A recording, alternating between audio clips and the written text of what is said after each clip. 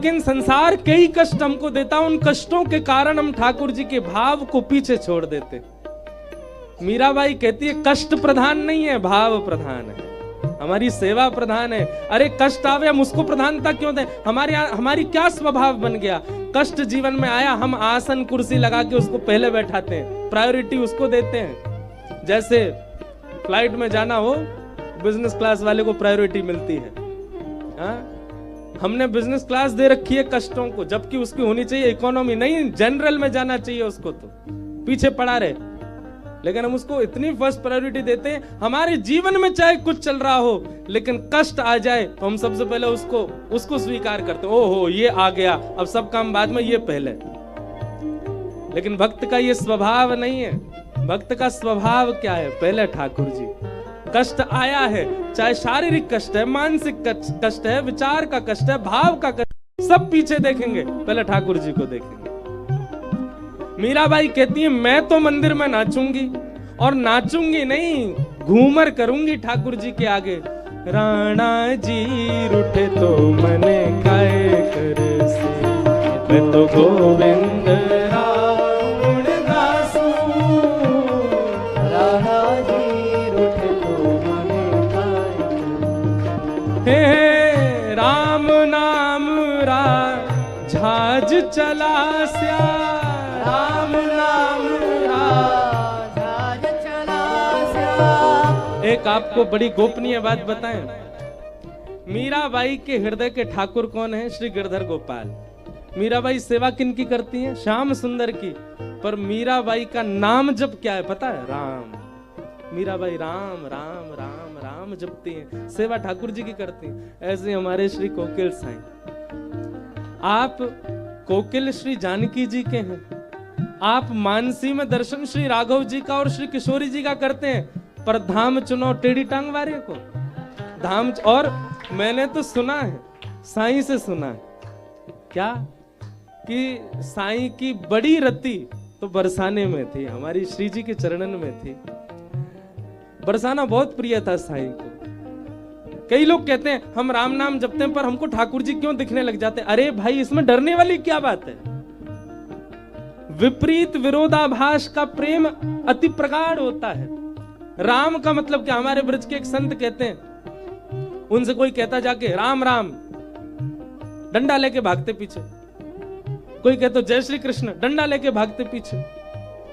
हाँ, उनसे कोई कहता राधे राधे, तो डंडा लेके भागते। कोई कहता जय श्री कृष्ण, डंडा लेके भागते। क्या कहते? राम राम बोलो, राम राम। बोले राम क्यों बोले? बोले राम बोलने से 3 काम होंगे। बोले क्या?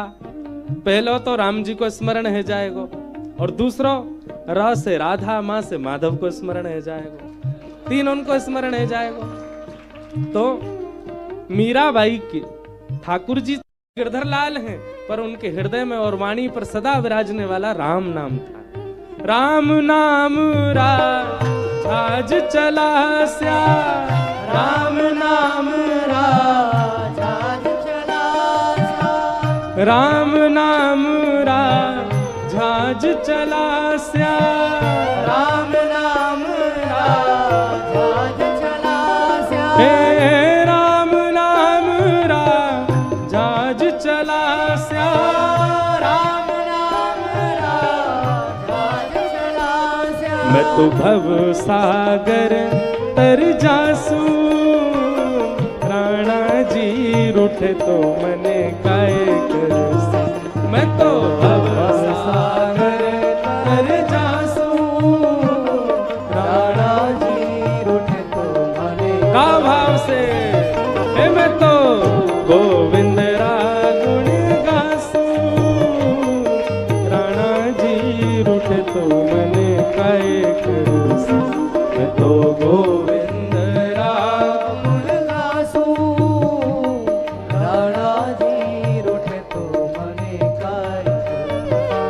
हे मीरा के प्रभु गिरधर नागर, मीरा के प्रभु गिरधर नागर, मीरा के प्रभु गिरधर नागर, मीरा के प्रभु गिरधर नागर। हे प्रभु गिरधर नागर, प्रभु नटवर नागर, मीरा के प्रभु गिरधर नागर, मीरा के प्रभु गिरधर नागर। मैं तो निरख परख गुण गासूं, राणा जी रूठे तो मने काय करसी। मैं तो निरख परख गुण गासूं, राणा जी रूठे तो मने काय करसी। मैं तो गोविंद रा गुण गासूं, राणा जी रूठे तो मने काय करसी। मैं तो गोविंद रा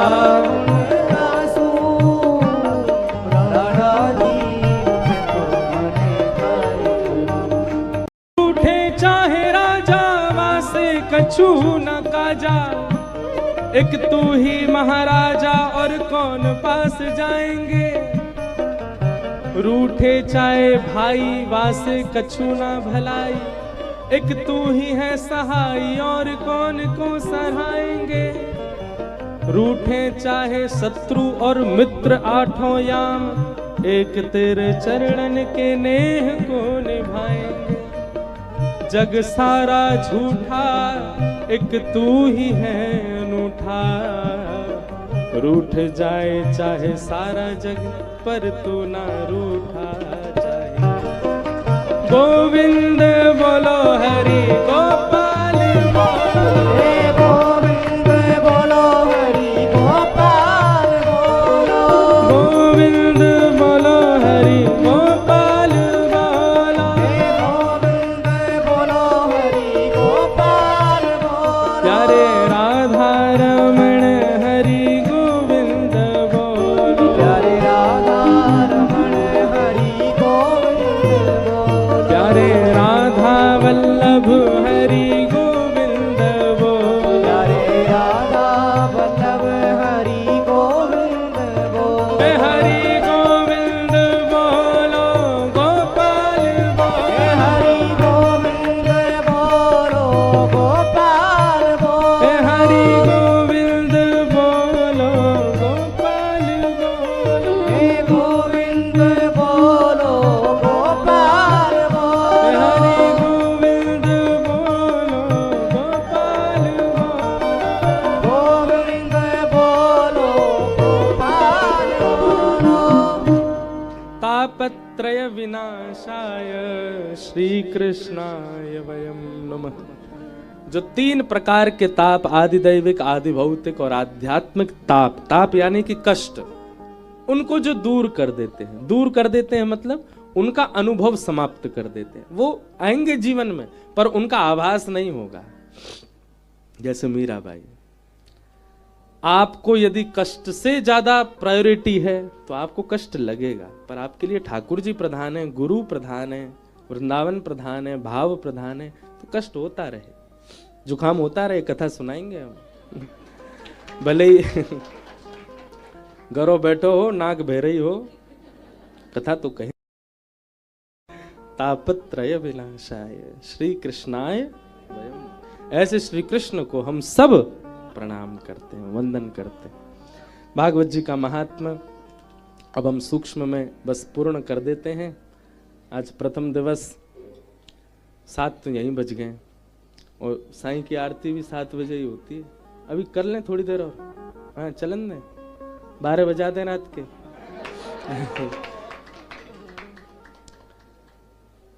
तो महात्मा का मतलब क्या होता है? महत्व। भागवत का महत्व क्या है वो आज के भाव में हम श्रवण कर रहे हैं। भागवत जी का महत्व कई लोग कई भाव से ले लेते हैं, पर श्रीमद् भागवत जी का एक ही महत्व है, कृष्ण प्राप्ति करम शाश्वत। ठाकुर जी की प्राप्ति कराती हैं भागवत जी। और ठाकुर जी की प्राप्ति मतलब ऐसे गोद में ठाकुर जी बैठ जाए नहीं, हृदय गोद में ठाकुर जी बैठ जाए, हृदय भाव में श्री ठाकुर जी बैठ जाए। नैमिषारण्य क्षेत्र में 88,000 सौनकादि ऋषियों ने सूत जी महाराज से प्रश्न किया, इस कलिकाल में भगवत प्राप्ति का सर्वोत्कृष्ट साधन क्या है। तब श्री सूत जी महाराज ने श्रीमद् भागवत जी को प्रधान बताया। सौनकादि ऋषि बोले भागवत जी की थोड़ी महिमा सुनाओ। सूत जी महाराज वर्णन कर रहे हैं कि एक बार की बात है, श्री नारद जी महाराज पृथ्वी पर भ्रमण करते करते बद्रीनाथ पहुंचे और बद्रीनाथ में उन्होंने सनकादि ऋषियों से पूछा कि महाराज ये पृथ्वी तो बड़ी विचित्र है, यहां जैसा देखना सुनने को मिला वैसा तो यहां कुछ भी नहीं। को पंखा चला क्या, हवा आई है।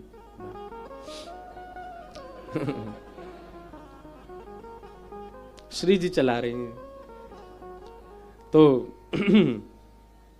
पीछे वाले ने तो नहीं कोई जाड़ो ना लग रो, ऐसे बैठे पूरे पंखा चला के। एसी लगवा दें कल कल से तो कथा भी दोपहर में है, 3 बजे ही होगी तो है सके यू चले। लेकिन अच्छा है आप लोग विराजो भाव से। तो अच्छा देखा, बद्रीनाथ का नाम लेते ही ब्यार चली। ऐसा हमने भक्त चरित्र में पढ़ा है।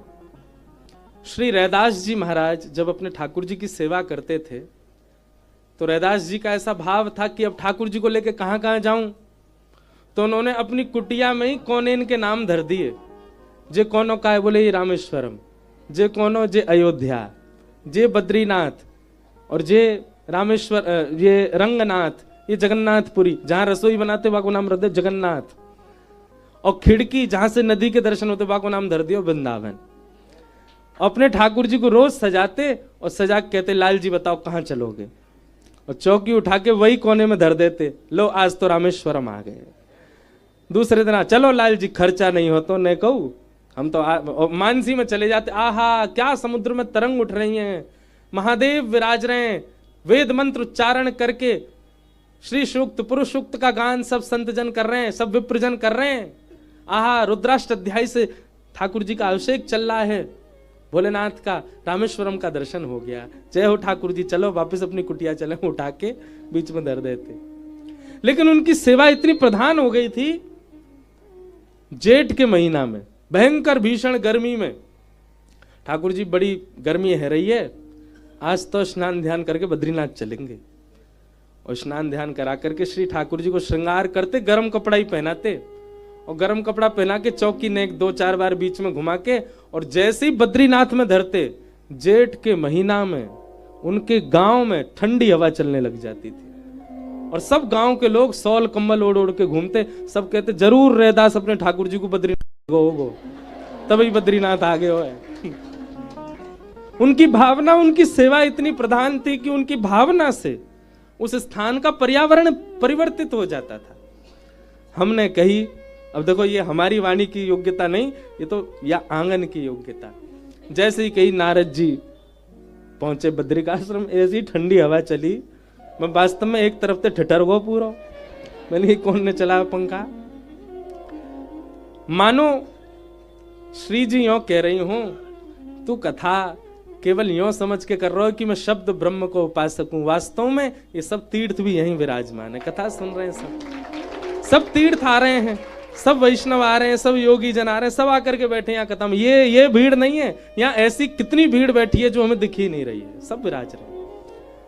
मीराबाई को स्मरण कियो, समझो मीराबाई भी बैठी है। रैदास जी को स्मरण करो, समझो रैदास जी भी बैठे हैं। स्वामी जी को स्मरण होगो, महाप्रभु जी को स्मरण, सब आएंगे कथा में। तो बद्रीनाथ जाकर के नारद जी ने कहा, बोले महाराज ये पृथ्वी बड़ी विचित्र है, यहां जैसा हमने सुना था वैसा तो कुछ भी नहीं है। अहम तुम पृथ्वीम यातो ज्ञात्वा सर्वोत्तमामिति पुष्करम च प्रयागम च काशी गोदावरी तथा हरिक्षेत्रे कुरुक्षेत्रे श्रीरंगम सेतु वंदनम एवमादिषु तीर्थेषु भ्रममाण इतस्ततः। सब जगह मैंने भ्रमण किया। अच्छा यहां पर किसी ने मुझसे प्रश्न किया, केवल तीर्थों के नाम क्यों बोले, किसी शहर का नाम क्यों नहीं बोला? तीर्थों का नाम कह रहे हैं नारद जी। नारद जी कह रहे हैं जब तीर्थों की ये स्थिति बन गई है तो शहरों का खुद अनुमान लगा लो। जब तीर्थों में ये सब चल रहा है, क्या चल रहा है, बहुत कुछ बताया गया है यहां पर, लोग झूठ बोलते हैं, छल करते हैं, कपट करते हैं, ईर्ष्या करते हैं, केवल उदर भरणो जीवा, पेट भरने की विद्या कर रहे हैं। कोई विरक्त नहीं रह गया, कोई ज्ञानी नहीं रह गया, सब केवल आडंबर बनता चला गया है। ये सब बात यहां पर श्री नारद जी ने बताई। गृहस्थाश्रमी कैसे हो गए हैं, शाल को बुद्धिदायक, बड़े भैया की बात नहीं सुन रहे हैं। बड़े भैया कह रहे हैं ऐसा करो, अनसुना कर देंगे, लेकिन साले साहब कह दें ऐसा करो, जो आज्ञा। पत्नी के भैया जो कहेंगे वो सब स्वीकार है। माता जी कुछ कहें वो नहीं सुनना, पत्नी कुछ कहे वो सब सुनना है। इस तरीके का सब भाव यहां पर बताया गया। लेकिन बोले मैं सब जगह भ्रमण करता करता जब मैं वृंदावन पहुंचा, वहां मैंने यमुना तट पर देखा एक परम सुंदरी और उसकी गोद में 2 वृद्ध लेटे हैं। उस सुंदरी ने मुझे रोका। मैंने उसके रुदन को देख करके पूछा, हे देवी तुम कौन और तुम्हारी गोद में ये 2 वृद्ध कौन? तब उन्होंने अपना परिचय दिया। अहम भक्ति ऋतिख्याता इमो में तनयो मतौ ज्ञान वैराग्य मानो काल योगेन जर्जरो। मैं भक्ति हूं, बहुत ध्यान से सुनिएगा। और ये 2 मेरे पुत्र हैं, ज्ञान और वैराग्य। कलयुग के प्रभाव से ये दोनों जर्जर हो गए। कलयुग में भक्ति सबके चित्त में है, भजन सबके चित्त में है, नाम सब जप रहे हैं, वृंदावन सब आ रहे हैं, पर ज्ञान और वैराग्य से हमारी दूरी है। इतना भजन करने के बाद, इतनी भक्ति करने के बाद भी हमारे चेहरे पर अप्रसन्नता क्यों? क्षमा कीजिएगा, पर जब रज धारण करने वाले, उर्धपुंड धारण करने वाले जब वैष्णवों को देखते हैं वृंदावन में, कृष्ण विरह के अलावा जब उनके नेत्रों में अश्रु आते हैं तो मन में बड़ा संकोच होता है। क्यों रो रहे हैं? विरह में आप व्याकुल हो, ठाकुर जी के विरह में आप रो रहे हो, वो एक भावमय विषय है, वो अच्छा विषय है। पर जब आप संसारी विकार के कारण जब रुदन करते हैं और तिलक आपके माथे पर है, तो मन में एक संशय प्रकट होता है, ये कैसी भक्ति कि संसार का कोई विषाद आपको इतनी पीड़ा दे रहा है कि आप रुदन कर रहे हो। मानव के पास सबसे बहुमूल्य क्या है बताओ? अश्रुबिंद सबसे बहुमूल्य है। सबके लिए मत बहाया करो। जो उन अश्रु का मूल्य जानता हो उसी के सामने, जो जानता भी ना हो, जो उस अश्रु का मूल्य दे दे, उसके सामने अश्रु बहाओ।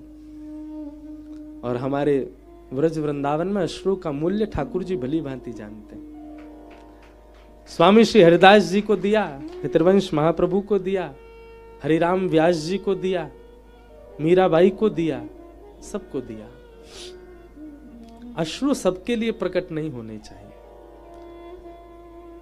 तो व्याकुलता कहीं ना कहीं ये बात बताती है संसार के लिए, जब व्यक्ति व्याकुल होता है कि भक्ति तो इसके चित्त में है, परंतु वह भक्ति इसको प्रसन्नता क्यों नहीं दे रही है? क्योंकि ज्ञान और वैराग्य नहीं है।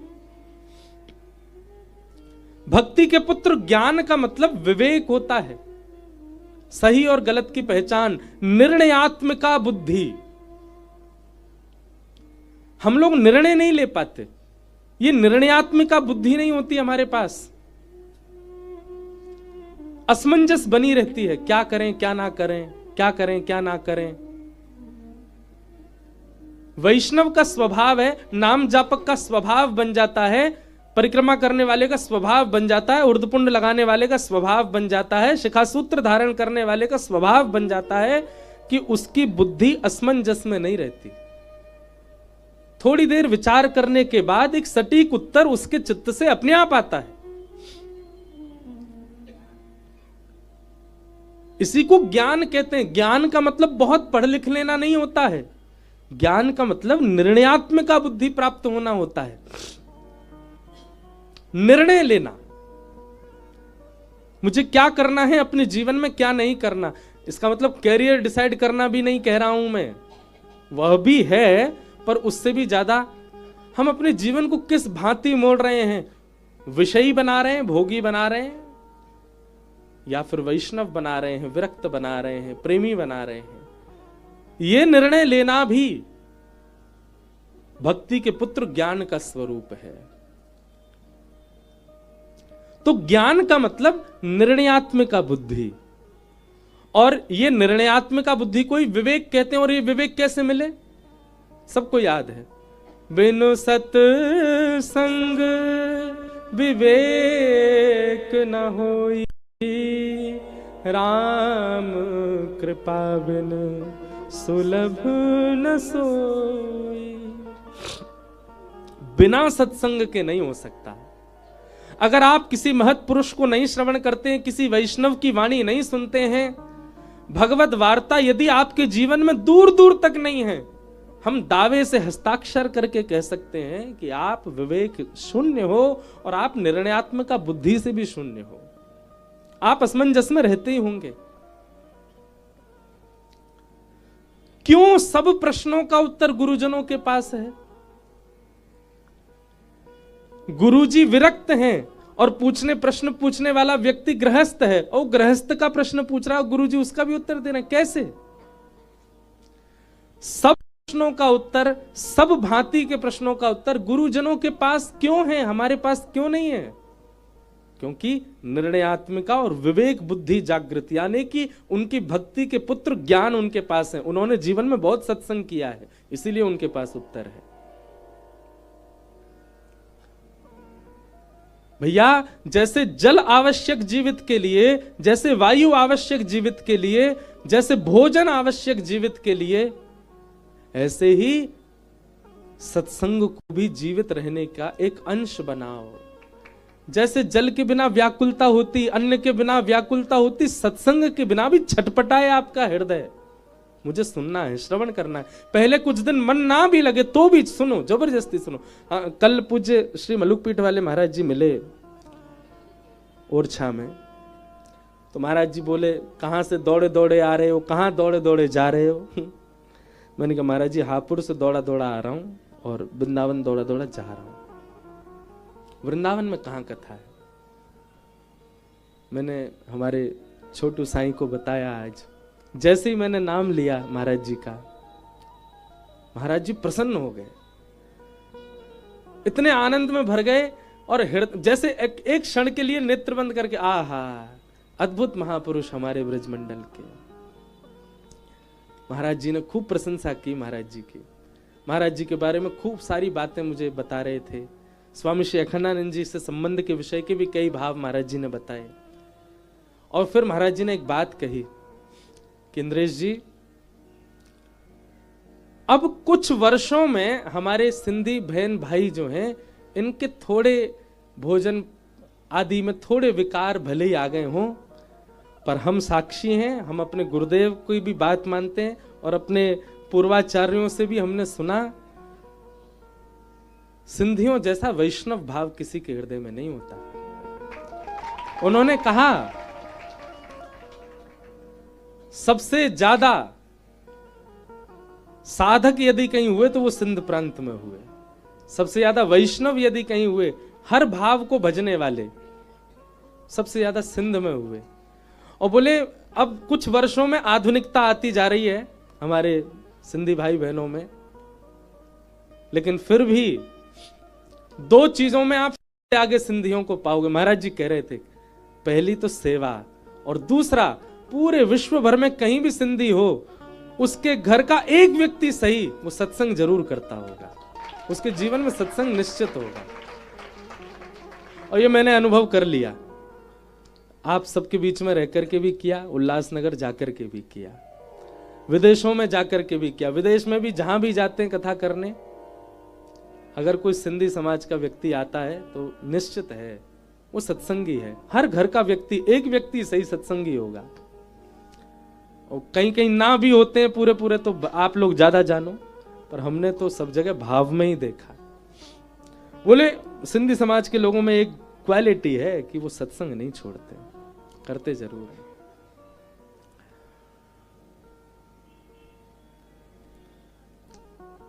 और जो इससे पहले मैंने बात कही कि पिछले 10-20 वर्षों में जो, उस पर भी आप एग्री करो, थोड़ा बदलाव तो हो गया है कहीं ना कहीं आहार विहार का।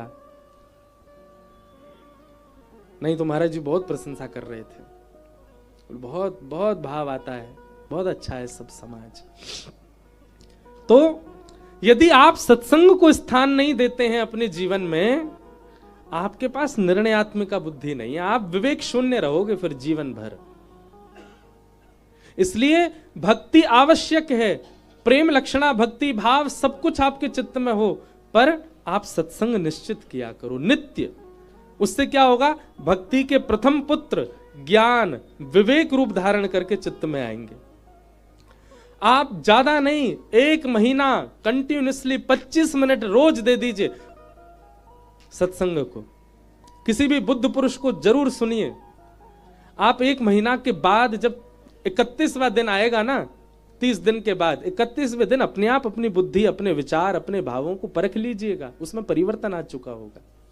अपने स्वभाव व्यवहार में, यहां सब लोग अधिकतर सब सत्संगी बैठे हैं, सब कथा सुनने वाले बैठे हैं, सब जानते हैं कि आप सबका व्यवहार कैसा, आप सबका भाव कैसा। ये क्यों आवश्यक है? नहीं तो भक्ति आपको प्रसन्न नहीं कर पाएगी। इसलिए ज्ञान विवेक चाहिए, उसका प्रथम पुत्र, और वो सत्संग से आएगा। अच्छा, सत्संग भी राम कृपा बिन सुलभ न सोए।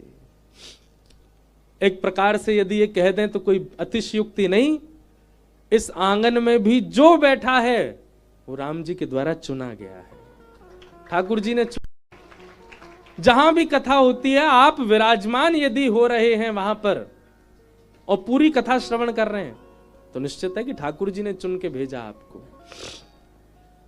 राम कृपा बिन सुलभ न सोई, बिन सत्संग विवेक न हुए। तो भक्ति के प्रथम पुत्र का नाम ज्ञान, भक्ति के दूसरे पुत्र का नाम है वैराग्य। वैराग्य का मतलब सब छोड़ देना नहीं, सबसे आसक्ति का त्याग।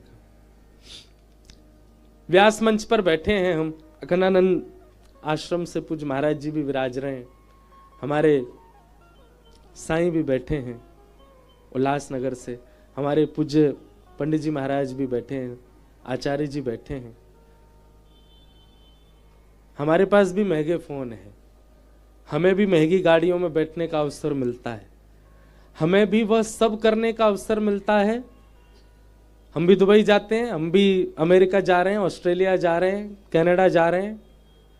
सब वो स्थिति जीवन में आ रही है जो एक सामान्य संसार के भोग विलासी व्यक्ति के जीवन में भी आती है, पर वो भोगी क्यों कहला रहा है? क्योंकि वो उससे आसक्त हो जाता है, उसी में ही रम जाता है, उसी के ही गुणगान गाने लगता है, उसी में ही उसकी प्रवृत्ति हो जाती है। पर वैष्णव व्यक्ति क्या करता है? उसको केवल साधन मानता है और साधन मान करके, साध्य की प्राप्ति का साधन मान करके उसका त्याग कर देता है। केवल वो एक साधन है, महंगा फोन भले ही हो पर वो एक साधन है। क्यों? उसके माध्यम से किसी से संपर्क साधा जा रहा है। लेकिन संसारी व्यक्ति का महंगे फोन के प्रति कोई और कारण है। उसका कारण क्या है? दिखावा भी है, उसका कारण सबको बताना भी है, उसका कारण बहुत से भौतिकवाद हो सकते हैं। वस्तु का प्रयोग साध्य की प्राप्ति, और साध्य श्री कृष्ण है। हमारी बात को बहुत ध्यान से सुनिएगा। और दूसरी एक और दृष्टता क्षमा करना, अगर मेरे नेत्र बहुत देर तक ना खुलें तो होता है, अब कभी कभी कथा में ऐसा होता है नेत्र मेरे मैं चाह के भी नहीं खोल पाता। तो हम साधन को ही साध्य मान लेते हैं। जैसे भोजन क्या है? साधन है। किस बात का साधन है? जीवित रहने का साधन है। और जीवित क्यों रहना है? ताकि भजन बन सके, ताकि भगवत प्राप्ति हो सके। पर कई लोगों के लिए भोजन ही साध्य है, वो सुबह उठते ही इसलिए कि हम खा सकें।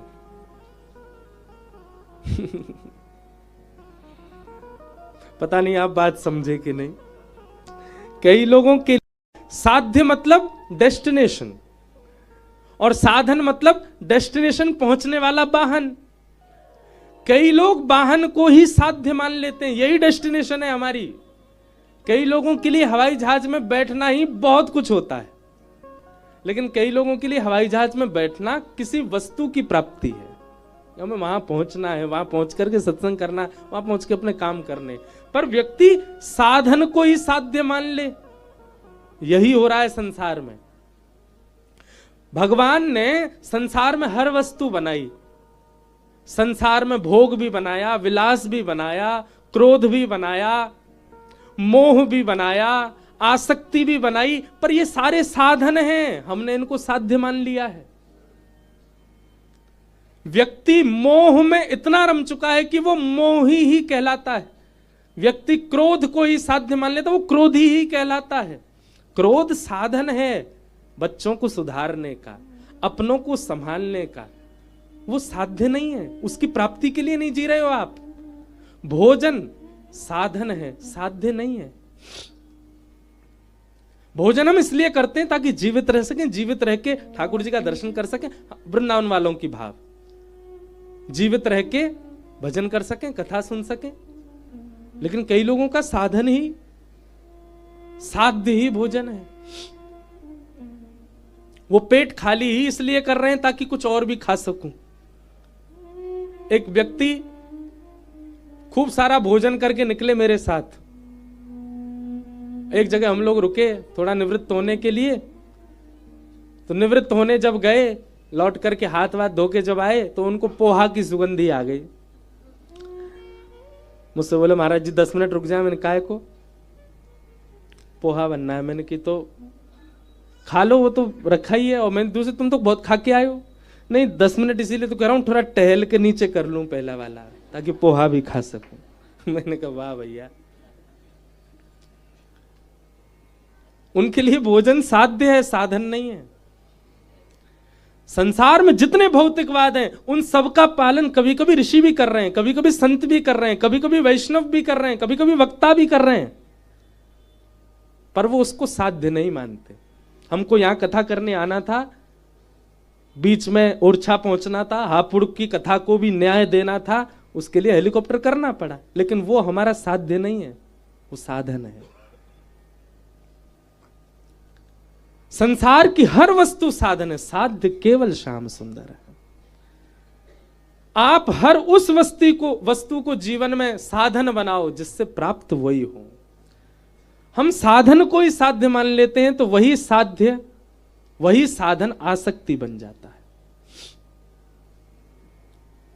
कहां तक कह दें, पत्नी भी साधन है, बच्चे भी साधन है, परिवार भी साधन है, समाज भी साधन है, मित्रता भी साधन, और सबका साधन, सब साधन स्वरूप साध्य केवल श्री कृष्ण।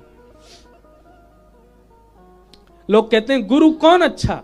वो गुरु अच्छा जो कृष्ण से मिलावे, गुरु वही जो हरि सो मिलावे, गुरु वही जो वृंदावन में बसावे, गुरु वही जो संत दर्श करावे।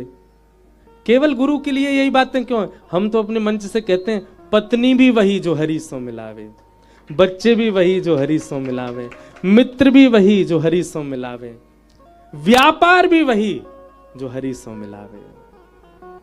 वो व्यापार भी अच्छा नहीं जिससे हरि दूर हो रहे हो, जिससे ठाकुर जी दूर हो रहे हो। तो वैराग्य किसको कहते हैं? साधन को साधन रहने दो, उसको साध्य मत मानो। आपके पास 56 भोग रखे हैं, पर 56 भोग देख करके भी आपकी जीव में पानी ना आवे, इसको कहते हैं वैराग्य। असंख्य सुंदरी नारियां हैं, फिर भी आप अपने मन पर वश करके बैठे हो, यह है साध्य, ये है वैराग्य। मतलब भोग की अति वस्तु मिल जाने पर भी आपकी इंद्रिय विचलन ना होना, उसको वैराग्य कहते हैं। ना कि सब त्याग के एकांत में रहना, सब छोड़ देना वैराग्य नहीं है। सबके बीच रह करके भी मन विचलित ना होने देना, ये वैराग्य है। और ये दोनों भक्ति के पुत्र हैं। जब तक ये दोनों नहीं आएंगे, आपकी भक्ति आपको प्रसन्न नहीं कर सकती। आप रोते ही रहोगे, आप संसार की पीड़ा लेके रहोगे, आप उस पीड़ा में ही रहोगे। इसलिए भक्ति के साथ ज्ञान यानी कि विवेक और वैराग्य दोनों लाओ। और देखो, ज्ञान और वैराग्य दोनों की प्राप्ति सत्संग से ही हो सकती है। भक्ति महारानी ने कहा मेरे पुत्र बड़े परेशान हैं, वृंदावन आकर के मैं तो युवा हो गई पर मेरे बालक अभी भी वृद्ध हैं। अब वृंदावन परक से अगर अर्थ लगावे ना, तो वृंदावन में ज्ञान वैराग्य दोनों कोने में ही बैठे हैं, यहाँ तो भक्ति प्रधान है। पर यहाँ भक्ति भी बाहर वाली नहीं चलेगी। आप दिल्ली में जो करते हैं, सूरत में जो करते हैं, मुंबई में जो करते हैं, कोलकाता में जो करते हैं, चेन्नई में जो करते हैं, वो भक्ति वृंदावन में नहीं चलती। यहाँ की भक्ति का प्रवाह तो प्रेम लक्षणा भक्ति है। यहाँ का भक्ति का स्वभाव प्रेम है। यहाँ का भक्ति का भाव अलग है सब जगह से। बाहर वाली भक्ति यहां नहीं चलती। हाँ हाँ,